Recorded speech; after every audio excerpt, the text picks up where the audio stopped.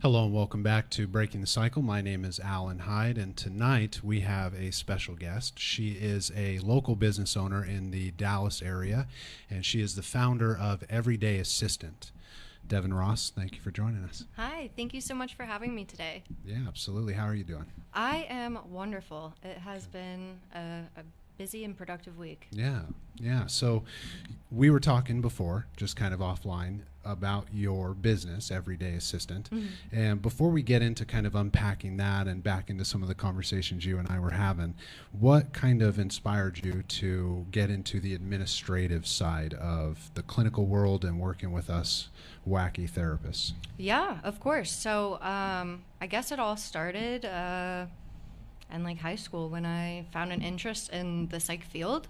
I went to school, got my bachelor's degree, and through that I was working in the service industry primarily, and age of COVID hit, and I was still in the service industry with a psych degree.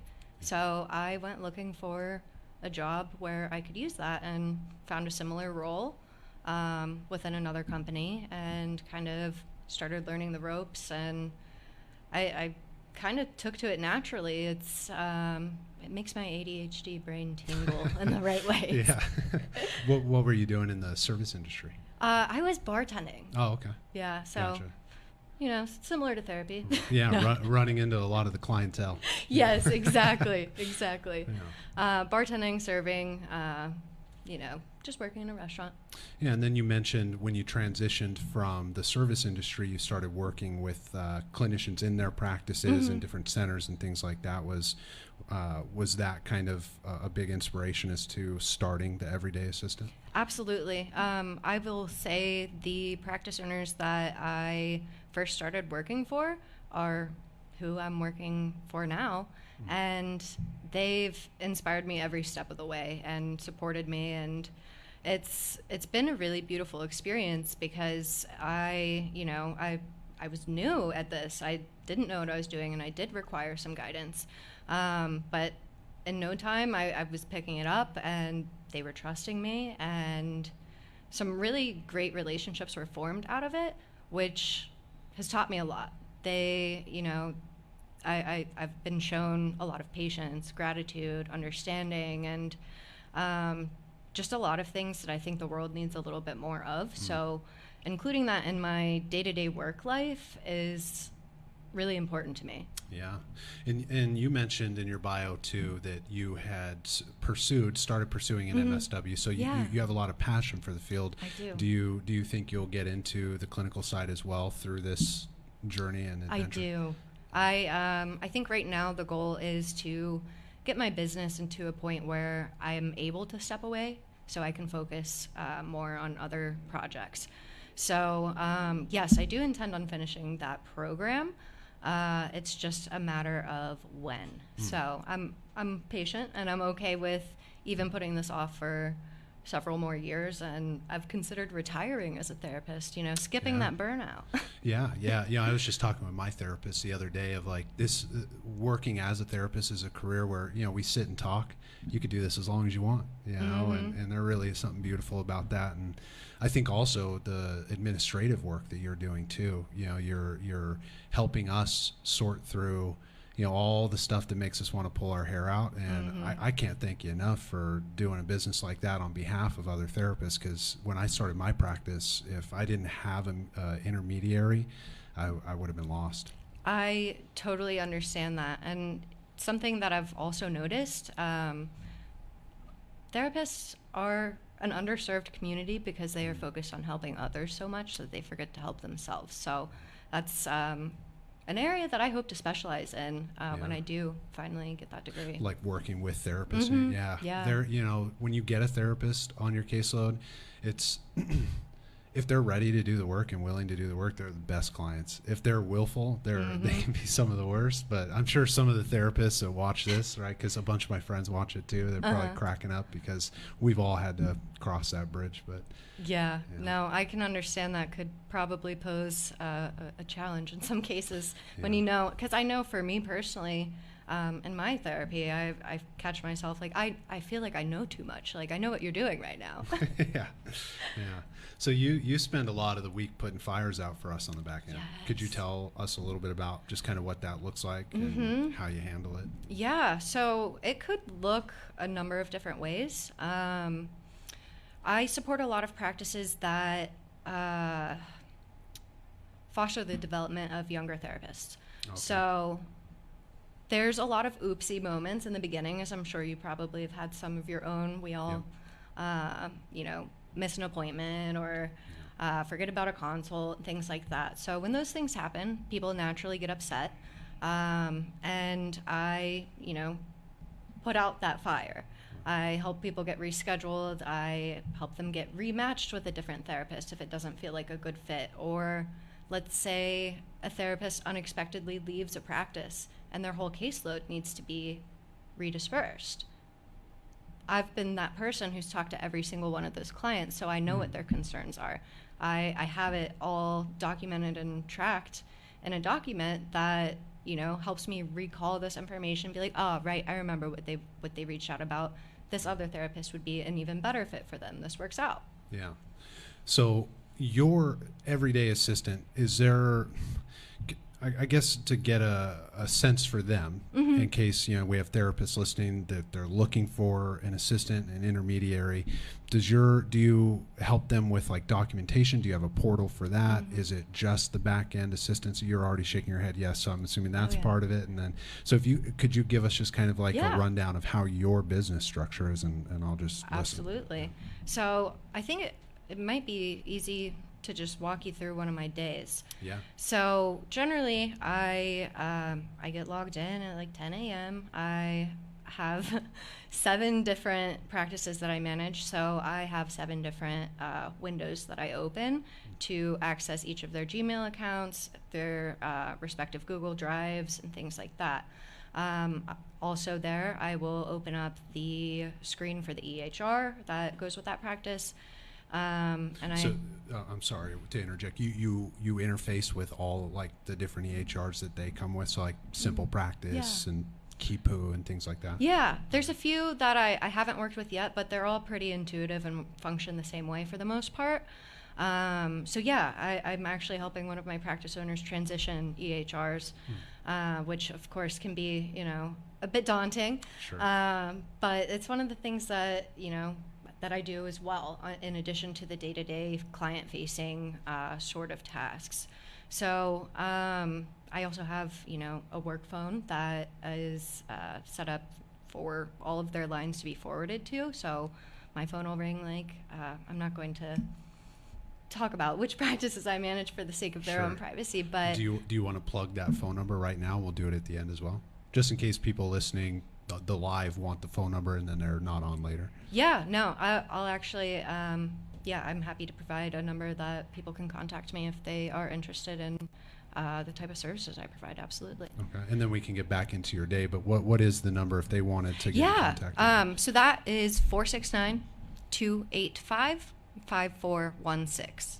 And real quick, Evan, do you think we could put that in like the Facebook chat? Do you have access to that right now? Yeah. Okay. We'll have you say it one more time so you can type it in there for him. Let me know whenever you're ready. 469-285-5416. So if you're listening live and you're a clinician, you mentioned you work with nutritionists, you're a psychiatrist, you're a life coach, right? Wherever you are working with clients, you need to document, you need someone to help you assist in client communications, all the stuff that comes flowing in while you're in your practice. Devan is your person. Her number is in the chat in the Facebook Live. Absolutely. In addition to, client-facing things like doing consultations and gathering background information, helping them verify their insurance if that's relevant to that practice. I also do tasks like writing tasks like helping update websites or creating marketing materials for the practice, and also networking, which is one of my favorite tasks to do for the practices that I support. Yeah, it doesn't surprise you. You were very just professional and on top of when I had reached out, and just the way you approached, and then we communicated about this. Oh, thank you. The networking side of it, I was like, oh, she's got it down. She knows what she's doing. Thanks. No, Yeah. I appreciate that. I'll tell you, when I first started, it took me a little while to figure out how to make emails sound friendly, because they often come across as short, or you read it in a monotone, or you just don't really know what kind of energy you're receiving always. So that's something that I've worked on, and I think I do a pretty good job of. I get a lot of really great feedback from the clients that I've assisted. Yeah, definitely. And so you had mentioned you work with 7 different practices. We won't out who those people are, but you work with predominantly therapy practices. Yes. And you said you've worked with, or you do work with a nutritionist. What do you notice is kind of the difference, if there is any? I think the biggest difference is my educational background and understanding of the topics. As of course, eating disorders and disordered eating and nutrition and things like that do also play into the therapy psych realm, but eating disorders are usually something that you have to specialize in to really get that information. So I've been spending some time educating myself further on the topic, just so I feel confident in my answers when people are asking me questions. So that's the biggest challenge that I've noticed and differences, but everything else is pretty much the same in terms of, the process. Yeah. And I noticed from just kind of things that you post in your social media and your bio that you sent over, you make things happen, don't you? That is, that's what they pay me the big bucks for. I want to hear a little bit about your undergrad with your engagement with NAMI. That really stuck out to me. I'm curious if you could shed some light on what that experience was, and just for those listening who don't know what NAMI is, and just kind of absolutely how that unfolded. So it is the National Alliance Against Mental Illness. It's an organization that helps provide like education and support to a lot of different mental health concerns. There was not a chapter at my undergrad when I got there, but me and a couple of other classmates had worked on creating a chapter. So it was brand new when I was on my way out, but it was a pretty cool experience because I felt like I was helping bring something helpful to the school, because I've heard some of the people may have spoken with the school therapist, but that was really the only mental health resource I was aware of at school. Outside of maybe talking to one of the psych professors or your I can't remember what they call it, but the person that like supervises your schooling. But yeah, there wasn't a ton of resources, and I thought that it was important to create a space for that and normalize mental illness because of how common it is and how a lot of people really feel shame around having a mental health concern.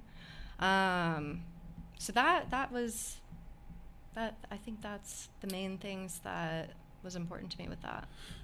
Are those the people you're referring to? Are those the academic advisors? Yes, the other that professionals? was the word I was looking for. Yeah. Thank you. They're one. I loved my academic advisor, but I wasn't about to confide in him about my deep dark secrets. I know that. No, I was my advisor was the assistant head to the psych department, and then the head of the psych department was my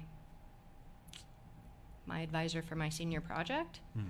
And that was quite an experience because I remember like there was one day in class, I know this is a sidebar, but I was like twirling my hair and looking out the window, like having ADHD for me, like when I learn something, I need to learn it one way, not 2 or 3 different ways, because then I start confusing myself. So he was explaining something in a different way. I tuned out, and he asked me to stay after class, and I was like, oh man, what did I do? And he just looked at me, he's like, are you bored? And I was like, no, like not at all. But I'd never had someone, notice that I'm not paying attention and be like, genuinely care if I'm bored. Yeah. I thought that was, there's a lot to be said about that. Yeah, it's that's how I got linked up with my first therapist. Is I was practicing the field. I was about 7 years in, and another clinician who was much further along than me. She pulled me aside one day, and she just asked her, "Are you okay?" Yeah, and I was like, "Yeah, I don't think so." Thanks for asking. Yeah, it's like, I need to slow down. But without those good people, we often don't stop to even think to stop to look at our mental health, or just kind of like how much is on our plate. Exactly. Which I think is another good tie-in, and why I was excited to have you on is like to have an assistant, whether it's a business or just an assistant in your practice. I mean, I can't vouch for it enough. It's really, I'm not a insurance guy. No. I could do it. It's hard. I could figure it out, but having that backup, so that once I submit it, I know it's good. I know that I have someone I can talk to about it if I've messed something up. All that kind of stuff is really helpful, and I'm sure that's a godsend for the people you work with. Certainly. I will say insurance is one area that I don't really delve into. I have a lot of great resources where I can help outsource that, just because it is such a specialized skill set and knowledge area that I would need to take a fair amount of time off to make sure I fully understood that before I could start offering it. Yeah, and I think that's another a benefit of having an assistant is they can be that intermediary to get you to, because I think you hit a nail on the head that the insurance side of things are such a nuanced, annoying part, of the whole process. So having someone who knows how to get in touch with the right people, and having a team, because the team I work with, there's no one person, and I think that, well, I mean, as I'm just listening to you, it sounds like that's how you kind of network this out. It's like you are the intermediary that knows the places to go. Yes, oftentimes. And if I don't, I am great at research.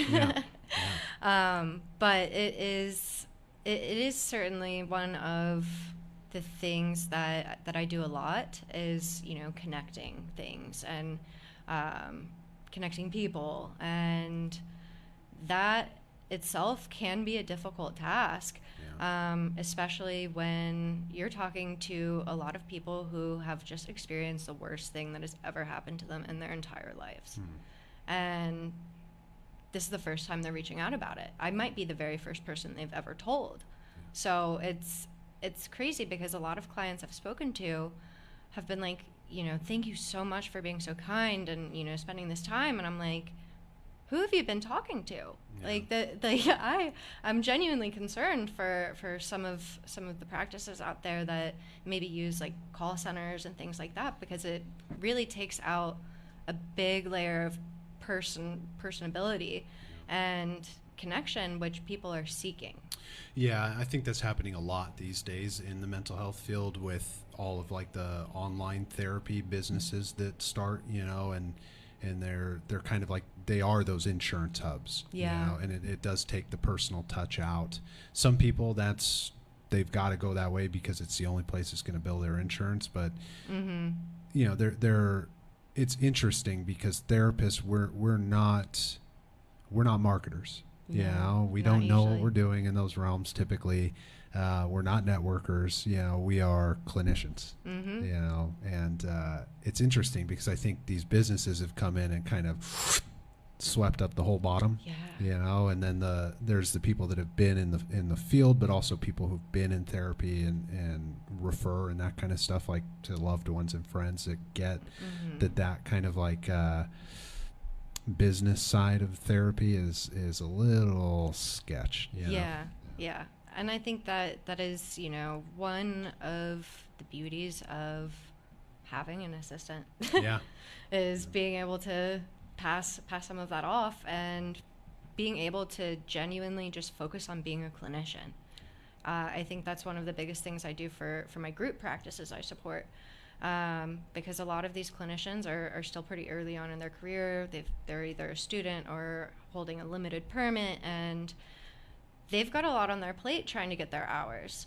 So they don't need to be emailing back and forth about what the issue is between their insurance and why their claims are being denied. And they also don't necessarily always have a ton of time to be back and forth about rescheduling and things like that in a super timely manner because they're in session all day. Yeah. So it's one of the things that I think is also really helpful, because I know, like, when I'm ready to become a clinician, I'm going to want to be able to pass off some of this administrative stuff to someone else too. Yeah, it sounds like you'll have the inside track too of just how all that I'll works. just hand them a guide. Yeah. Be like, here you go. Yeah. This is what we need. What would you say is kind of like the percentage breakdown in an average business day for you between interface with a client and interface with a clinician? Like is it 50-50, or do you find that more clients are reaching out to you, or? It's more client facing, or prospective lead facing, I should say. It really depends on the practice, and like what their scheduling structure is. So for instance, some practices schedule on recurring weekly schedule no matter what.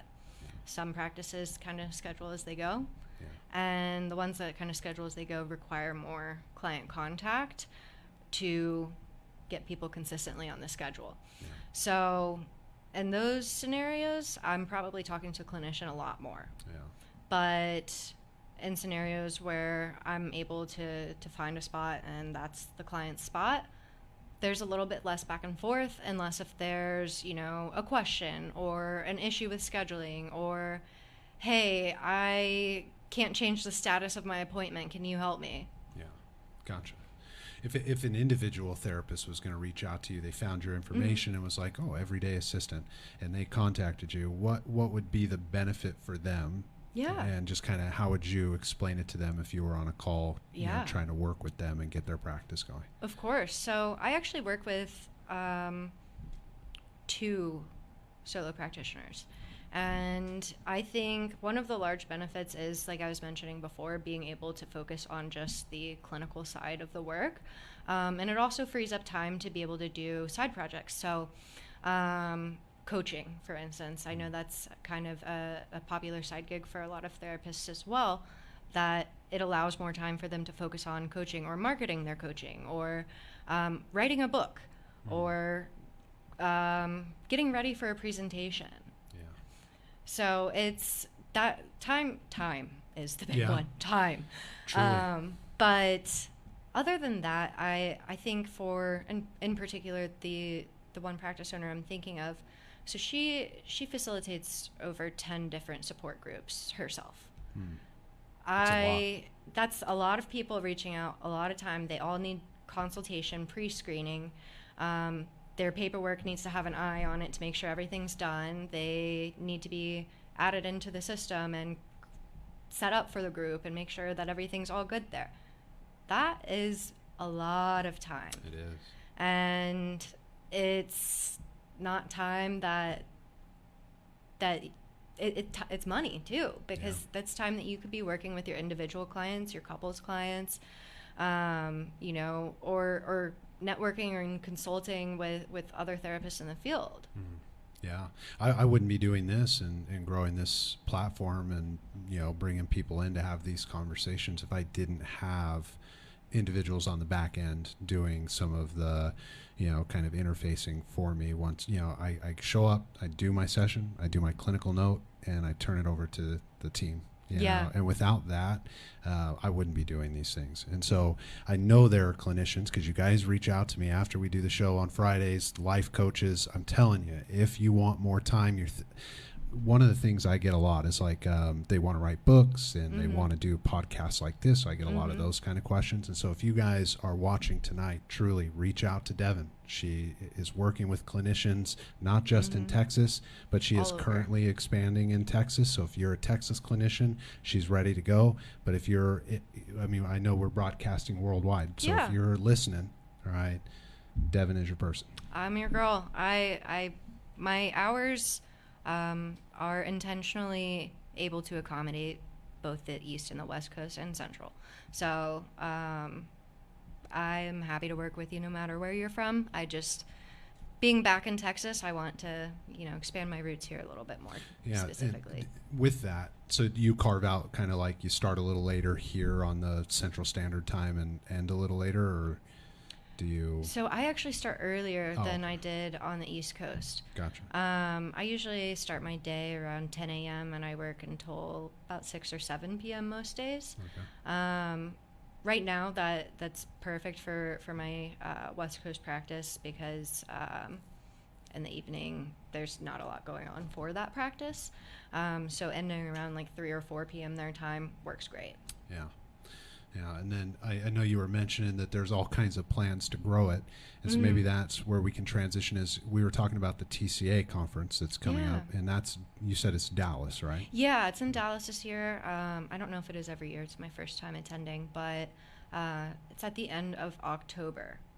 And at the end of October, if someone's at the TCA conference and they walk up to Devan's booth, what can they expect? They can expect a bubbly mess of sunshine. Okay. I'm definitely someone who will start up a conversation and kind of keep you there. I'm so curious about the people that I'm helping and what they do. So I will be asking you about your specialty, what got you into this field. Make sure that it's something that we're both inspired by and can get behind. Yeah. And make sure that there's some common ground as well, because I think that's important in a working relationship. But mostly just, be ready to tell me a bit about yourself and what you do. And if you have questions, let me know. I usually have an answer, and if I don't, I can find one.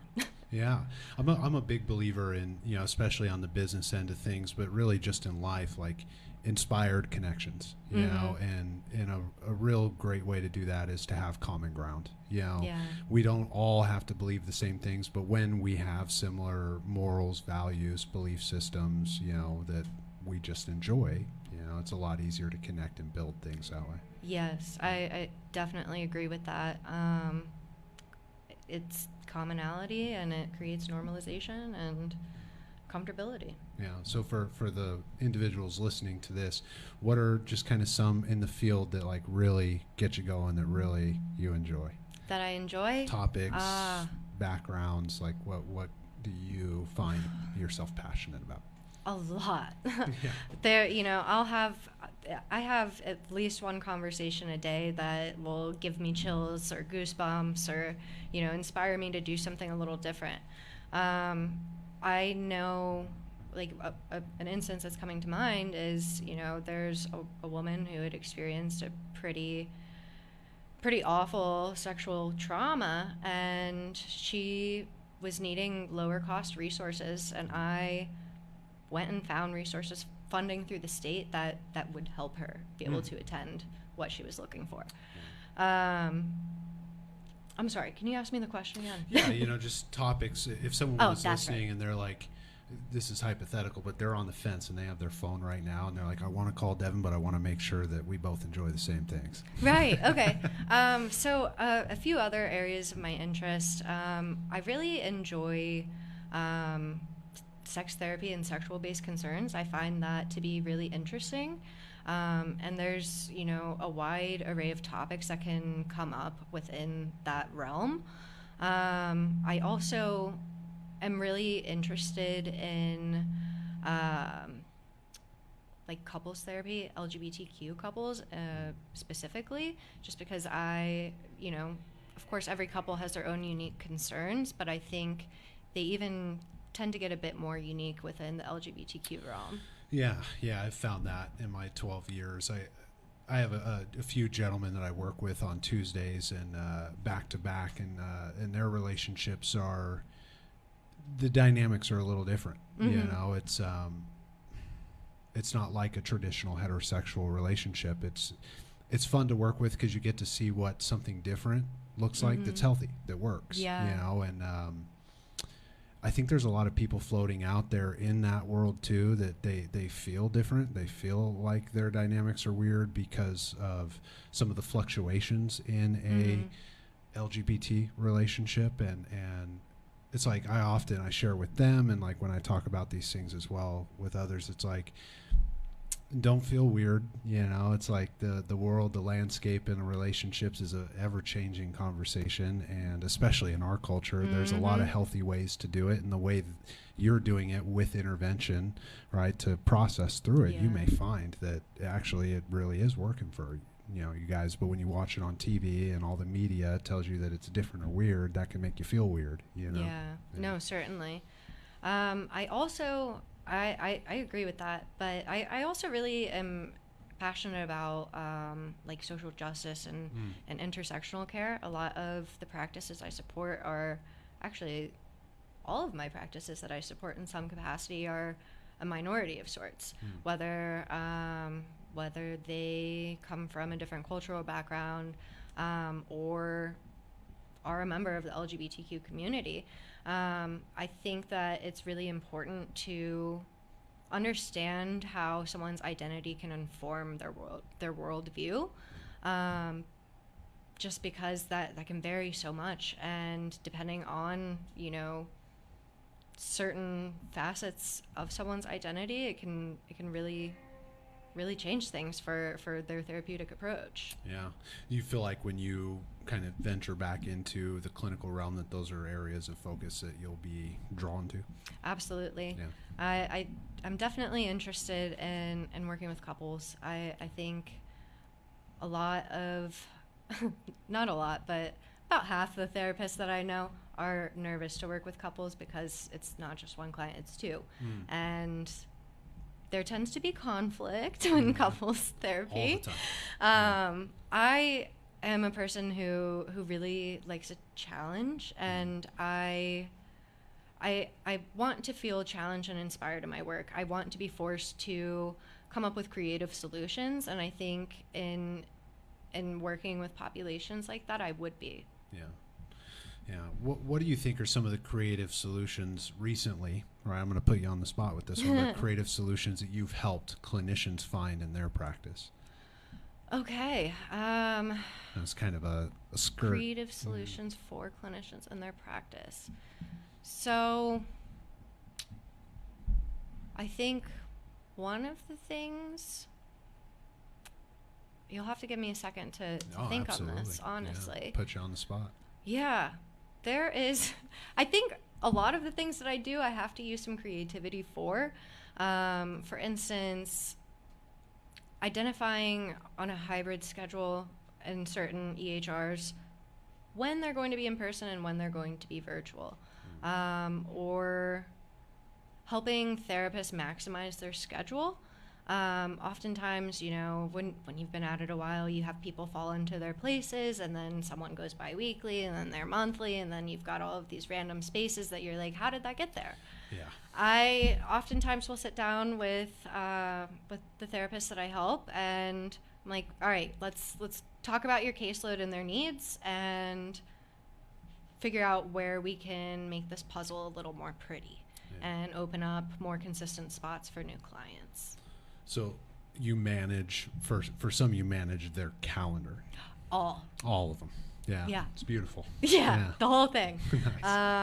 Nice. Most of my clinicians do not need to do much with their calendar. Oh, good. And some of them don't really know how to work it either. Sure. And they're like, I need this to happen. Can you make that happen? And I'm like, got you. Yeah, good. So you found yourself in quite a support role for these clinicians out there. Yes, and a little bit of tech support sometimes too when it comes to like simple practice using. Like I found some interesting workarounds that I didn't know I needed. What would you say to a clinician that has stepped into private practice and they know they need help, but they're scared to reach out to an assistant? Maybe they're telling themselves they could do it on their own. What would you say to them? Well, I would say you need to be honest with yourself about your needs and your bandwidth. Yeah, you'll fit right in when you become a therapist.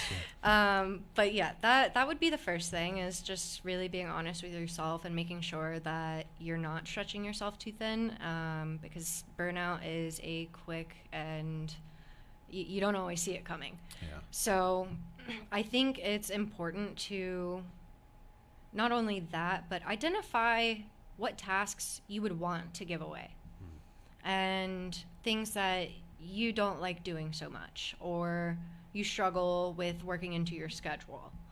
Identifying those sort of things would be kind of step one, because I know in my experience, when there is someone who hasn't had an assistant before, it's very difficult to kind of let go of the reins a bit, and I can relate to that. Like I also struggle to do that when I'm getting assistance as well. Like it's your baby. Yeah.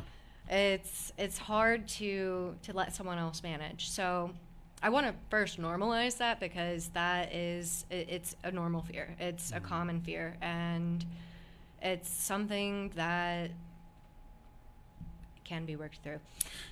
Yeah, and I think a good point too that you're highlighting is, like, as a young clinician, having some of these supports in the way of an assistant. I think a lot of the barriers for me in the beginning was like, oh man, I'm making money now, I don't want to spend that money, like all those kind of things. And what I always like to tell young clinicians is, like, if you're on the fence about that stuff, the peace of mind, the time you're going to save by bringing in someone like you, Devan, is you're going to make that money back tenfold.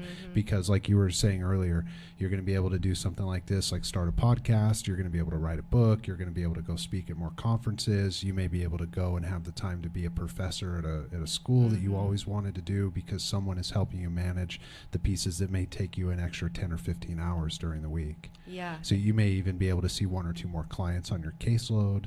There's quite a few different ways that could work itself out. Yeah, no, these are all really great points and things that I'm often doing, is helping create space for these extra things. It's as it is important as a therapist to remain active in the field and in your education, and you kind of have to have time for that. Yeah CEUs, but also I guess I never in the beginning anticipated how much extra research. It's like a client comes in, and I've been doing this a long time, and still it'll be something I've worked with for years and years, and they'll bring something up and say, you know what, I need to go read about that. Maybe it's been 6 years since I've worked with someone who struggled with this symptom, or it's like all those little things where if I had to deal with all the things my assistant does, I'd be doing all the research over there, and then maybe with 10 or 15 minutes, I'd have to go and read something real quick. Instead, I can take my time and digest it and then treat the client. Yeah, no, and that's the biggest thing. Like, I imagine, at least as a therapist, you probably feel a really, like, what's the word I'm looking for? Like, you really want to help the people that you're seeing. Yeah. And in doing that, you've got to have the energy, you've got to have the time, you've got to have the bandwidth and the education and the means to be able to do so. And half of that battle is asking for help when you need it. Absolutely. Yeah. So, I've harped on this a few times tonight, but if you're a clinician or a life coach or a nutritionist or a doctor, ask for help. Right, and here's your help. I'm right here. Yeah. So, as individuals reach out to you, let's do this. You started in September, and already you have 7 different types of clinicians working with you. What are kind of like more than 7 clinicians? Well, yeah, it's 7 practices. Yes. Where do you see this going? Like, what's just